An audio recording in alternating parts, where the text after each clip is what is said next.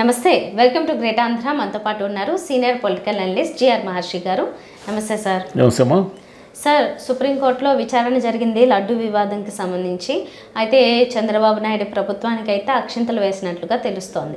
అంటే పూర్తి కన్ఫర్మేషన్ ఏమీ తెలియకుండా ఎందుకు ఈ వివాదాన్ని రేపడం అని అడిగినట్లుగా తెలుస్తోంది. ఒక పక్క అంటే గవర్నమెంట్కి సంబంధించిన లాయర్ అయితే అదే కాంట్రాక్టర్ ఇంతకుముందే 4 లారీలు పంపించారు, ఎక్కడ వాడారో తెలియదు కానీ పంపించడం అయితే జరిగింది అన్నట్లుగా ఆయన వాదన వినిపించారు. ఇక్కడైతే అసలు కల్తీ నెయ్యి అనే దానికి సంబంధించిన పూర్తి ఆధారాలు లేకుండా ఆ వ్యాఖ్యలు ఎందుకు చేశారని వీళ్ళని అడగడం జరిగింది. సో ఓవరాల్గా అంటే ఇప్పుడు మొదటిది, తర్వాత 3వ తారీఖు ఏదో మళ్ళీ వాయిదా పడింది, ఇంకొకటి ఏదో జరుగుతుంది, ఆ తర్వాత మళ్ళీ ఇంకొన్ని అప్డేట్స్ దొరకచ్చు. ప్రస్తుతానికి ఉన్న ఇంకొన్ని అప్డేట్స్ ఏంటి? సుప్రీంకోర్టు ఏం చెప్పిందంటే, అయ్యా దేవుడిని రాజకీయాల్లోకి లాక్కండి అని చెప్పింది.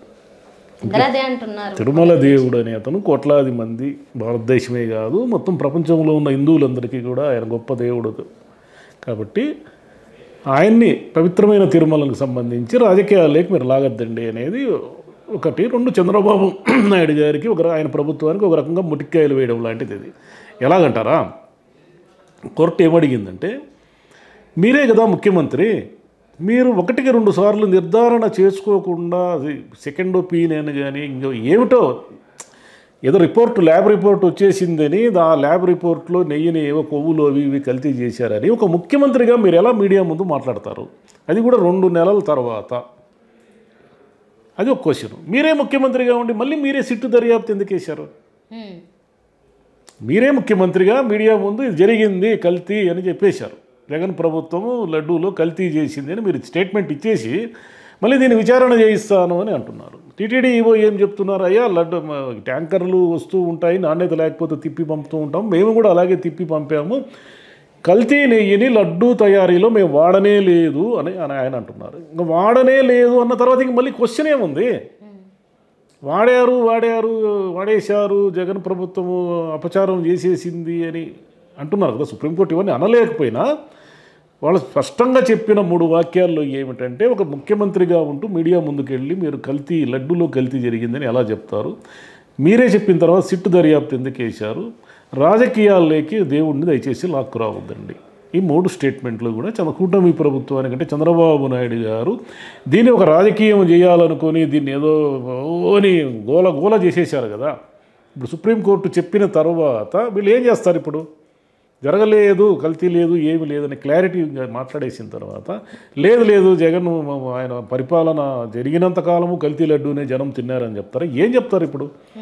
సార్, సాక్షాత్తు చంద్రబాబు నాయుడు గారే అన్నారు జూన్ 24న మొదటిసారి ఏఆర్ గి వాళ్ళు ఎవరైతే ఉన్నారో వాళ్ళు పంపించారు అనేది ఆయన నోటితో చెప్పినదే. జూన్ 24న అంటే ఎవరున్నారనే ప్రశ్న అందరూ అడుగుతున్నారు. ఇప్పుడు మరి గవర్నమెంట్ తరపున వాదించిన లాయర్ ఏమో అతను గతంలో 4 ట్యాంకర్లు పంపించారండి, అది ఎప్పుడు పంపించారు, ఎవరి హయాంలో పంపించారు? మీ హయాంలోనే చంద్రబాబు నాయుడు గారే చెప్పింది 24న పంపించారని. అలాంటప్పుడు ఆయన ప్రభుత్వం ఉన్నప్పుడే పంపించారు, మరి జగన్ గారి ప్రభుత్వంలో జరిగింది అనడానికి ఎలాంటి సాక్ష్యాలు? మీ ప్రభుత్వంలోనే జరిగాయి అనేది మీరే ఒప్పుకుంటున్నారు. ఆ డేట్స్ అన్నీ కూడా మీరు చెప్తున్న డేట్స్ అన్నీ కూడా మీ ప్రభుత్వమే కదా. మరి ఆయన హయాంలో జరిగినాయి, ఆయన ఏదో అపచారం చేసేసాడు అని అంటున్నారు కదా. అది ఎక్కడుంది దానికి సాక్ష్యము? లేకుండా కూడా ఏదే రకంగా ప్రూవ్ చేయాలి, ఎందుకంటే మనం ఎక్కడ ఓడిపోతాము అని. అవును, రాజకీయాల్లో మీరు లబ్ధి పొందడానికి కోసం దేవుణ్ణి తీసుకొచ్చారు. జగన్ క్రిస్టియన్ కాబట్టి ఆయన హిందూ మతానికి విపరీతమైన అపచారం చేశాడు, హిందూ దేవుళ్ళ పట్ల ఆయన ముఖ్యంగా తిరుమలేశుడి పట్ల ఆయన ఇంత అన్యాయంగా వ్యవహరించాడు అని జనం దృష్టిలో పలచన చేయడానికి ఇదంతా చేశారు. ఇప్పుడు ఈ దేశంలో అత్యున్నతమైన సుప్రీంకోర్టే చెప్పింది. దీనికి మీ దగ్గర ఇంకేముంది రెమెడీ? ఇప్పుడు పవన్ కళ్యాణ్ గారు ఏదో తిరుమల వెళ్ళి నేనేదో ప్రక్షాళన చేస్తాను, అపచారం జరిగింది అవి ఇవి అంటున్నారు. ఒకవైపు సుప్రీంకోర్టే రాజకీయాల్లోకి దేవుడిని తీసుకురావద్దయ్యా బాబు అని చెప్పిన తర్వాత ఉప ముఖ్యమంత్రి పోయి మళ్ళీ ఆడపోయి ప్రక్షాళన చేస్తారు, అవి చేస్తాను ఇవి చేస్తానని ఇంకెందుకు మాడేది? జరగలేదు, కల్తీ నెయ్యితో లడ్డూ తయారీ జరగలేదు, ఎవరు తినలేదు భక్తులు అని స్పష్టంగా చెప్పిన తర్వాత కూడా లేదు వైసీపీ ప్రభుత్వం చేసింది అని మీరు వాదించడం వల్ల ఏమిటి ప్రయోజనం? ఇప్పుడు సిట్టు ఏం తెలుస్తుంది? సిట్టు తేల్చేది ఏమిటి చెప్పండి? ముఖ్యమంత్రి చెప్పిన తర్వాత ముఖ్యమంత్రికి అనుగుణంగా సిట్టు పనిచేస్తుందా, ముఖ్యమంత్రికి వ్యతిరేకంగా సిట్టు పనిచేస్తుందా? ఒక ముఖ్యమంత్రికి లడ్డూలో కల్తీ జరిగిందని చెప్పిన తర్వాత లేదు ముఖ్యమంత్రి గారు చెప్పిందంతా అబద్ధము అని సిట్లో ఉన్న అధికారులు ఎవరైనా చెప్పగలరా? మరి కల్తీ జరగలేదు అని సుప్రీంకోర్టు మీ దగ్గర ఏం ఆధారాలు ఉన్నాయని సుప్రీంకోర్టు ప్రశ్నించిన తర్వాత ఇప్పుడు సిట్టు దర్యాప్తులో ఏం తేల్చబోతున్నారు వీళ్ళు? కాబట్టి ఊరికి అనవసరంగా వీళ్ళే తమ మెడకు తాము ఒక తాడు తగిలించుకున్నారు. జగన్ని వైసీపీ ప్రభుత్వాన్ని భ్రష్టు పట్టించాలా అనే ఉద్దేశంతో వీళ్ళు అనవసరంగా తిరుమల దేవుడిని తీసుకొని వచ్చి వీళ్ళ దగ్గర ఏమీ సాక్ష్యాధారాలు లేకపోయినా సరే ఎన్డీడీబీ రిపోర్ట్ అనే దాన్ని ఒకటి పట్టుకొచ్చి అది కూడా ఎప్పుడు 2 నెలల తర్వాత ఒక రాజకీయ సమావేశంలో ముఖ్యమంత్రి గారు దేవుని గురించి ఈవో గారు చెప్పాలి. అది ఈవో గారు తమ ప్రెస్ మీట్లో చెప్పి ఉంటే ఇలా తిరిగిందయ్యా తిరుమలలో ఇలా రిపోర్ట్ వచ్చింది దీనికి అంటే దానికి కొంచెం వ్యాలిడిటీ ఉండేది. ఒక ముఖ్యమంత్రి 2 నెలల తర్వాత వచ్చి లేదు అంతా తిరుమల అంతా లడ్డు అంతా కల్తీ చేసేసారు అది ఇది అని చెప్పడం వల్ల భక్తుల మనోభావాలు దెబ్బతినడమే కాకుండా తిరుమల వెంకటేశ్వర స్వామిని చాలా విశ్వాసంగా ఆరాధించే వాళ్ళంతా కూడా ఎలా రిసీవ్ చేసుకుంటారు దాన్ని? ప్రజల మనసులో అపనమ్మకాన్ని తీసుకొచ్చి వదిలితే అది కేవలం ఇప్పుడు ముఖ్యమంత్రిగా మీరు ఎంతో సంయమనం పాటించి కదా చెప్పాలి. అది మీ దగ్గర పక్కా సాక్ష్యాధారాలు అదిగోనయ్యా ఫలానా రోజు ఈ రకమైన కల్తీ నెయ్యితో ఇన్ని వేల లడ్డూలు తయారు చేశారు, ఇన్ని వేల లడ్డూలు భక్తులకు డిస్ట్రిబ్యూట్ అయ్యాయి అనేది మీ దగ్గర పక్కా సాక్ష్యాధారాలతో మీరు దాన్ని ఉంటే మీరు చెప్పినా అర్థం ఉంది. సుప్రీంకోర్టు మీ దగ్గర సాక్ష్యాధారాలు అడుగుతూ ఉంది. మీరు ఏం చెప్తారు? మీ దగ్గర ఏమున్నాయి సాక్ష్యాధారాలు ఇవ్వడానికి? ఏమీ లేవు మీ దగ్గర. కల్తీ జరిగిందంటే కల్తీ నెయ్యిని మేము లడ్డుకు వాడనే లేదు అని ఇవ్వ అన్న తర్వాత ఇంకా ఆ స్టేట్మెంట్ ఇచ్చేసిన తర్వాత ఇంకేముంది మీ దగ్గర? కల్తీ నెయ్యి లడ్డూలు తిన్నారు అని అనడం వల్ల ఏమైనా అర్థం ఉంది దానికి? కాబట్టి చంద్రబాబు నాయుడు గారు లాంటి సీనియర్ నాయకుడు కూడా ఈ రాజకీయాల్లోకి దేవుడిని తీసుకురావడం అనేది కరెక్ట్ కాదు. ఇప్పటికైనా ఇక జరిగింది ఏదో జరిగిపోయింది, ఇక ఈ వివాదానికి ఇక్కడితో ఫుల్ స్టాప్ పెట్టేస్తే అందరూ ప్రశాంతంగా ఉంటారు. లేదు ఇది ఎట్లా ఇంకా ఆయన పోయి పవన్ కళ్యాణ్ పోయి తిరుమల అంతా స్టేట్మెంట్లు ఇవ్వడం సుప్రీంకోర్టుకు విరుద్ధం కదా. ఆయన ఏమైనా మాట్లాడితే రేపు కల్తీ లడ్డూలు జరిగింది అని కానీ ఆయన అంటే మేము జరగలేదని మేము చెప్పిన తర్వాత మీ దగ్గర సాక్ష్యాధారాలు ఏమున్నాయని అడిగిన తర్వాత కూడా మీరు మాట్లాడితే అది కంటెంప్ట్ ఆఫ్ కోర్ట్ అని అంటారు కదా. కాబట్టి ఆయన ఒక ఉప ముఖ్యమంత్రిగా ముందు ఎమోషన్స్ నుంచి కంట్రోల్ చేసుకొని అది మనం ప్రజల మధ్యన ఉన్నప్పుడు ఏం మాట్లాడాలి, ఎంత మాట్లాడాలి, ఊరికే భావోద్వేగాలు రెచ్చగొట్టడం వల్ల తాత్కాలిక ప్రయోజనాలు ఉంటాయి తప్ప దానివల్ల చాలా ఇబ్బందులు కష్టాలు కూడా వస్తాయి. కానీ పవన్ కళ్యాణ్ గారు ముందు కంట్రోల్ చేసుకోవాలి తను ఏం మాట్లాడుతున్నాడు అనే దాన్ని. సార్ ఇదే విషయంకి సంబంధించి అంటే లడ్డు వివాదం వచ్చినప్పటి నుంచి ఎవరో ఒక సీనియర్ జర్నలిస్ట్ అభిప్రాయం నేషనల్ మీడియాలో చెప్తున్నారు. తిరుమలకి ఈ విధంగా చెడ్డపేరు తీసుకురావడం వల్ల ఒక పక్క ఆల్రెడీ భక్తులు ఎక్కడైతే ఉంటారో అంటే సందర్శనకి వస్తుంటారో దర్శనానికి అయోధ్యకి ఎక్కువగా ఉన్నారు, తిరుమలకి తగ్గారు, దీనికి కూడా వీళ్ళే కారణం అన్నట్లుగా ఏదో మాట్లాడారు. సరే అందులో వాస్తవాలు ఎంత వేరే విషయం, కానీ టీటీడీ ఇది ఉండేది టీటీడీకి ఉండదు. దేవుళ్ళకి ఎప్పుడు ఒకరికొకరు పోటీ ఏముండదు. కొన్ని పుణ్యక్షేత్రాలకు హఠాత్తుగా జనం పెరుగుతారు, తగ్గుతారు, ఇలా చాలా ఉంటాయి కారణాలు. ఎవరి నమ్మకాలు ఎవరి విశ్వాసాల ఆధారంగా వాళ్ళు ఆయా భక్తులు ఆయా పుణ్యక్షేత్రాలకు వెళుతూ ఉంటారు. కానీ తిరుమలకి ఏదో ఇంకొకరి వల్ల రష్ తగ్గిందని అదని ఇదని అవన్నీ లేదు. జనము తాత్కాలికంగా వాళ్ళు హర్ట్ అయినా వాళ్ళ ఫీలింగ్స్ మళ్ళీ వెంకటేశ్వర స్వామికి ఆయన భక్తులు ఆయనకి పర్మనెంట్గా ఉంటారు. ఇవన్నీ ఊరికే ఊహాగానాలు.